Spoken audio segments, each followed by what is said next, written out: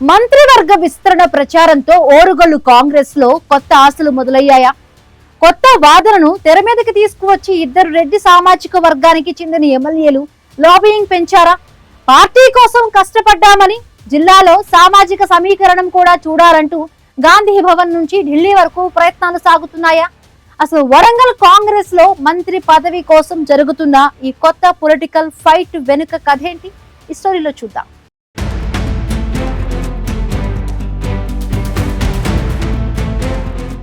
తెలంగాణ రాష్ట్ర రాజకీయాల్లో వరంగల్ ఉమ్మడి జిల్లాకు ఎప్పుడూ ఒక ప్రత్యేకమైన పొలిటికల్ వెయిటేజ్ ఉంటుంది. ప్రస్తుతం సీఎం రేవంత్ రెడ్డి నేతృత్వంలోని కాంగ్రెస్ ప్రభుత్వంలో ఈ జిల్లా నుండి ఇద్దరు మహిళా మంత్రులు ప్రాతినిధ్యం వహిస్తున్నారు. ఒకరు కొండా సురేఖ, మరొకరు ధనసరి అనసూయ అలియాస్ సీతక్క. వీరిద్దరితో పాటు ఇటీవలి వరకు కేబినెట్ హోదా కలిగిన సీఎం అంతరంగిక సలహాదారుడిగా ఉండి ప్రస్తుతం రాజ్యసభ సభ్యుడిగా ఢిల్లీలో చక్రం తిప్పుతున్న వేం నారాయణ రెడ్డి కూడా ఈ జిల్లాకు చెందినవారే. అంటే ఒక రకంగా ఉమ్మడి వరంగల్కు ప్రభుత్వంలో అత్యున్నత ప్రాధాన్యత దక్కినట్లే కనిపిస్తోంది. కానీ క్షేత్రస్థాయిలో చూస్తే సీన్ లోపల వేరేలా ఉంది. జిల్లాకు చెందిన మంత్రుల మధ్య సరైన సమన్వయం, సఖ్యత లేకపోవడం వల్ల ఎవరికి వారే యమునా తీరే అన్నట్లుగా వాళ్ల సొంత నియోజకవర్గాలకే పరిమితమవుతున్నారనే విమర్శలు వస్తున్నాయి. అటు వేం నరేందర్ రెడ్డి ఏమో టోటల్ స్టేట్ పాలిటిక్స్ లో ముఖ్యమంత్రి రేవంత్ రెడ్డి షాడోగా తీరిక లేకుండా గడుపుతున్నారు. ఇలాంటి గందరగోళ పరిస్థితుల్లో ఇప్పుడు స్టేట్ వైడ్ గా కేబినెట్ విస్తరణ అంశం అధికారికంగా తెరపైకి రావడంతో ఓరుగల్లులోని రెడ్డి సామాజిక వర్గం ఎమ్మెల్యేలు తమకు ఈసారి అమాత్య పదవి ఖాయం చేసుకోవాలని కత్తులు నూరుతున్నారు.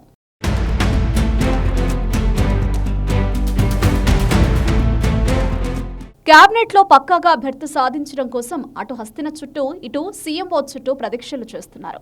నర్సంపేట ఎమ్మెల్యే దొంతి మాధవరెడ్డి, హన్మకొండ ఎమ్మెల్యే నాయని రాజేందర్ రెడ్డి ఈ ఇద్దరు సీనియర్ నేతలు అధిష్టానం ముందు ఒక సరికొత్త పొలిటికల్ వాదనను డిజైన్ చేసి పెట్టారు. పూర్వ ఉమ్మడి ఆంధ్రప్రదేశ్లో కోట్ల విజయభాస్కర్ రెడ్డి ముఖ్యమంత్రిగా ఉన్న హయాంలో వరంగల్ నుండి మాదాటి నరసింహారెడ్డికి రాష్ట్ర మంత్రివర్గంలో చోటు దక్కింది. కట్ చేస్తే నాటి నుండి నేటి వరకు అంటే గడిచిన 32 ఏళ్లుగా వరంగల్ జిల్లా నుండి రెడ్డి సామాజిక వర్గానికి చెందిన ఏ ఒక్క లీడర్కు కేబినెట్లో మినిస్టర్ బర్త్ దక్కలేదు. సుదీర్ఘ కాలంగా జిల్లాలో కాంగ్రెస్ పార్టీని బతికించింది, ఆర్థికంగా అండగా నిలిచింది తమ వర్గమేనని, కాబట్టి ఈసారి విస్తరణలో ఆ 32 ఏళ్ల నాటి లోటును రేవంత్ రెడ్డి 100% భర్తీ చేయాలని డిమాండ్ చేస్తున్నారు. ముఖ్యంగా దొంతి మాధవరెడ్డి ఏఐసీసీ పెద్దల ముందు ఈ టైమ్ లైన్ సెంటిమెంట్ ను ఉంచి గట్టిగా లాబింగ్ నడుపుతున్నారట. సీతక్క, కొండా సురేఖలకు ఆల్రెడీ పదవులు ఇచ్చారు కాబట్టి జిల్లాలో ఓల్డ్ కాంగ్రెస్ క్యాడర్ను కాపాడుకోవడానికి, రెడ్డి వర్గానికి పెద్దపీట వేయడానికి దొంతికి ఛాన్స్ ఇవ్వాలని ఆయన అనుచరులు సోషల్ మీడియాలో ట్రెండ్ చేస్తున్నారు.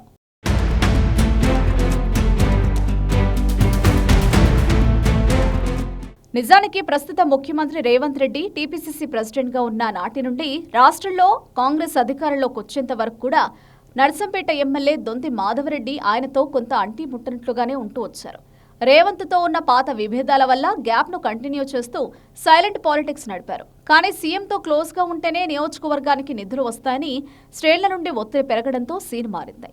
గతంలో మాధవరెడ్డి తల్లి మరణించినప్పుడు సీఎం రేవంత్ రెడ్డి స్వయంగా నర్సంపేటకు పరామర్శకు రావడంతో వీరి మధ్య ఉన్న పాత గ్యాప్ అంతా ఒక్కసారిగా సెట్ అయిపోయింది.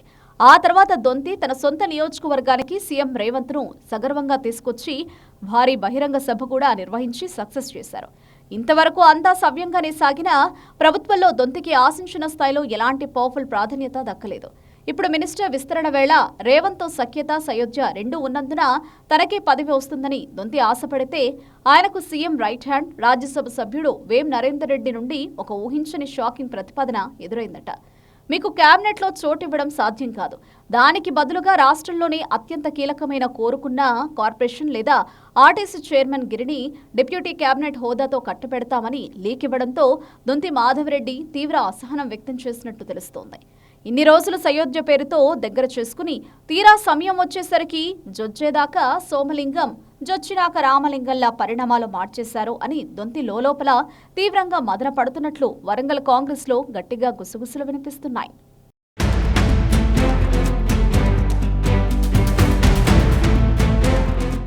తన అమాత్య పదవి ఆశలకు గండి కొడుతూ వస్తున్న ఈ అంతర్గత సంకేతాలను గమనించిన ఎమ్మెల్యే దొంతి మాధవరెడ్డి ఇప్పుడు మళ్లీ తన పాత సైలెంట్ పంథాను ప్రదర్శిస్తున్నారు. ఇందులో భాగంగానే ఇటీవల ఉమ్మడి వరంగల్, మహబూబాబాద్ జిల్లా కాంగ్రెస్ నేతలు అత్యంత ప్రతిష్టాత్మకంగా నిర్వహించిన రాజ్యసభ సభ్యుడు వేం నరేందర్ రెడ్డి గ్రాండ్ సన్మాన సభకు దొంతి మాధవరెడ్డి కావాలనే డుమ్మా కొట్టారని అంతేకాదు మంత్రులు పొంగులేటి శ్రీనివాసరెడ్డి, ఉత్తమ్ కుమార్ రెడ్డిలు జిల్లాలో నిర్వహించిన కీలక రివ్యూ మీటింగ్లకు కూడా ఆయన రాకపోవడం ఇప్పుడు పొలిటికల్ సర్కిల్లో హాట్ టాపిక్ గా మారింది. కేబినెట్ బర్త్ రాకపోతే దొంతి తన ప్లాన్ బిని అమలు చేయడానికి రెడీ అవుతున్నారట.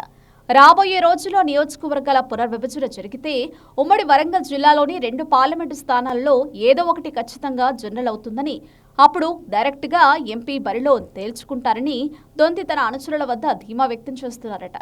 అదే సమయంలో తాను ప్రస్తుతం ప్రాతినిధ్యం వహిస్తున్న నర్సంపేట అసెంబ్లీ స్థానం నుండి తన కుమారుడు దొంతి అభియుక్త్ రెడ్డిని బరిలోకి దింపి పొలిటికల్ వారసుడిగా బరిగీయాలనే కాన్ఫిడెన్స్ తో ఉన్నారట.